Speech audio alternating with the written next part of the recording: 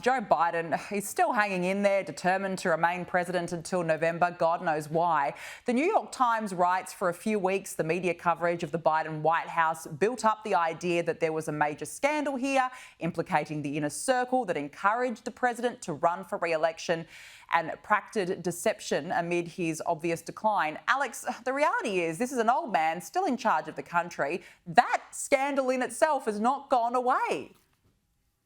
No, and it's actually kind of sad. Even though I'm a conservative, when Joe Biden fell off his bike in Delaware, it made my heart hurt.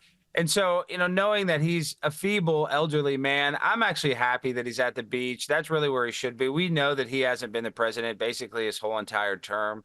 So it's really not a surprise. I mean, I would like him to step down, but at this point, just let him rest. The guy's 81. I feel bad. I'm empathetic to Joe Biden at this point because our country is such a mess. Certainly he can't fix it, and Kamala can't either. So I guess just let it implode until people start paying attention on what's really happening.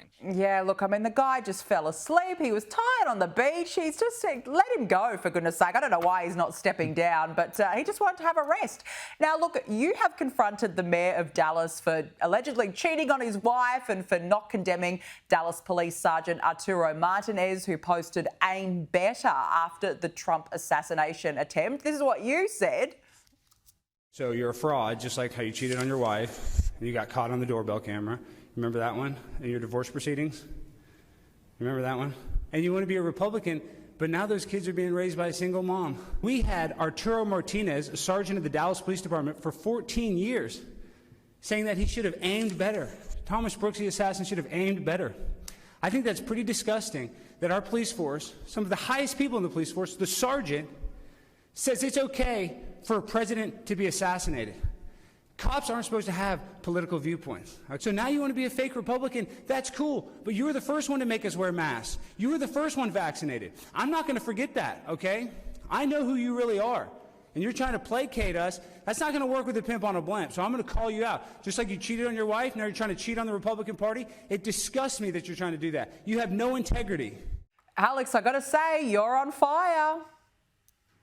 Well, I am fired up because the mayor of Dallas is a fraud. He basically has always been a Democrat, shut us down during COVID, was the first person to shut us down and open vaccine clinics and wear a mask and, make it very hard for people to speak at these public meetings. And now all of a sudden he's a Republican because he wants to run for senator in John Cornyn's seat that's about to become open in a very conservative district. So it's just obvious that if he would cheat on his wife, which that's all been exposed in his divorce, that he's going to cheat on the Republican Party. And that's what frustrates me more is just, at least AOC admits that she's a crazy liberal. I don't like these guys that flip-flop and act like Kamala, the chameleon, that don't actually be that aren't them actual authentic self. And that's what Mayor Johnson is. He's a fraud and he's a chameleon.